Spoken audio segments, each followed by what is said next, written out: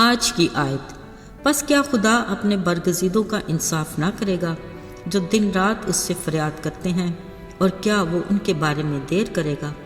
لوکا 18:7 آیت۔ عزیز و خدا کا زندہ اور پاک کلام ایک مکمل ضابطۂ حیات ہے۔ ہماری زندگی کا کوئی بھی ایسا معاملہ نہیں جس کے بارے میں ہمیں کلام سے رہنمائی نہ ملے۔ یسوع المسیح کی تعلیم ایک مکمل نصاب ہے جس میں ہر طرح کا درس دستیاب ہے۔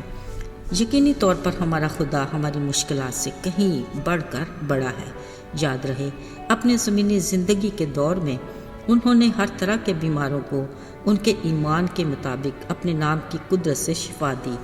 کسی کو تو اپنے اختیار سے گناہوں کو معاف کر کے بھلا چنگا کیا، یہاں تک کہ مردوں کو بھی زندہ کیا، جس سے خدا کے نام کو جلال ملا، تاکہ یسوع کے اس دعوے کی گواہی ہو کہ قیامت اور زندگی میں ہوں۔ اگرچہ شفا کے طریقے مختلف تھے، مگر پس پردہ ایک ہی الہی ذات جو با اختیار ہے۔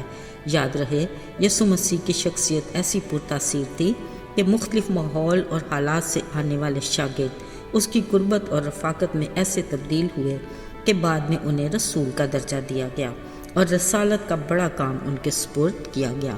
عزیزو، یسوع نے ایک ماہر استاد کی طرح وقت اور حالات کے مطابق سادہ مزاج لوگوں کو تمثیلوں سے ایسا درس دیا جو ان کی روزمرہ زندگی کی ضرورت تھی۔ انہوں نے جو کچھ اپنے آس پاس دیکھا، اسی کے مطابق اپنے ساتھ رہنے والی بھیڑ کے اخلاق و کردار کو سنوارنے کی کوشش کی۔ ایک بار انہوں نے ہیکل میں ہدیہ ڈالتے حالات کا جائزہ لیا۔ دیکھا، ہر کوئی دکھاوے اور تعریف کے لیے ہدیہ ڈال رہا ہے، مگر ایک بیوہ دھیرے سے آئی، دوسروں سے چھپتے چھپاتے 2 دمڑیاں ڈال گئی۔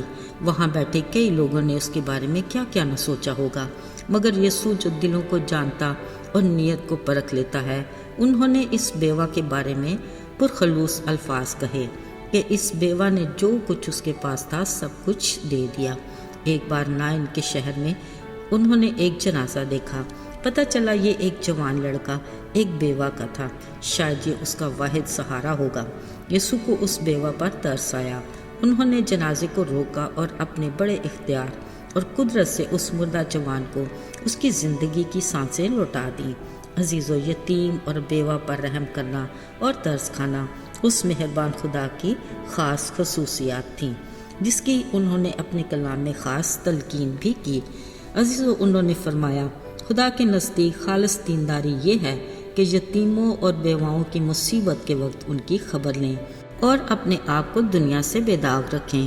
ہر روز کی طرح آج بھی جب یسوع کے پاس حسب معمول بہت سے لوگ اکٹھے ہوئے، انہوں نے اپنی گفتگو کا موضوع بیوہ رکھا اور ایک ایسی بیوہ کی تمثیل سنائی جو قاضی سے بار بار انصاف مانگتی تھی۔ اگرچہ ہر بار ناکام لوٹتی، مگر اس نے ہمت نہ ہاری۔ آخر اسے قاضی کو انصاف دینا ہی پڑا۔ اس قاضی کے بارے میں تمثیل میں یوں کہا گیا، یہ نہ تو خداوند سے ڈرتا اور نہ ہی آدمیوں کی پرواہ کرتا تھا۔ وہ ہر روز اس بیوہ کی فریاد سنتا تو تھا کہ مجھے انصاف دے اور مدعی سے بچا، مگر اس قاضی کو اپنی ذمہ داری کا نہ کبھی خیال آیا، نہ یہ ذمہ داری دینے والے خدا کا ڈر اور خوف رکھا۔ ہاں، صرف اس خیال سے آخر انصاف کر ہی ڈالا کہ کہیں یہ بیوہ ہر روز آ کر میرا ناک میں دم نہ کر دے۔ عزیزو، یہاں قاضی کے رویے سے زیادہ قابل غور بات اس بیوہ کی ہے جس کو اگرچہ انصاف ملنے میں تاخیر تو ہوئی، مگر وہ مانگتی رہی اور ہمت نہ ہاری، نہ آس امید کو ٹوٹنے دیا۔ اس نے صبر اور تحمل سے اس بات کا یقین کیا کہ ایک نہ ایک دن اسے انصاف ضرور ہی ملے گا۔ عزیزو، بشمول میرے بہت سے ایسے ضرور ہوں گے جو آج یہ سوچ رہے ہیں کہ اے خدا، میں نے کئی بار تجھ سے دعا کی اور جو کچھ میں نے مانگا، مگر اب تک تو نے مجھے جواب نہیں دیا۔ گھبرائیے نہیں، یاد رہے، خدا کے گھر میں دیر تو ہو سکتی ہے مگر اندھیر نہیں۔ ہمیں اس بیوہ کی طرح اپنے انصاف کرنے والے خدا سے مانگتے رہنا ہے، اس یقین کے ساتھ کہ وہ ہماری ضرور سنے گا۔ میرے عزیزو، انتظار کا یہ وقت ہمارے لیے کوئی معنی ضرور رکھتا ہے۔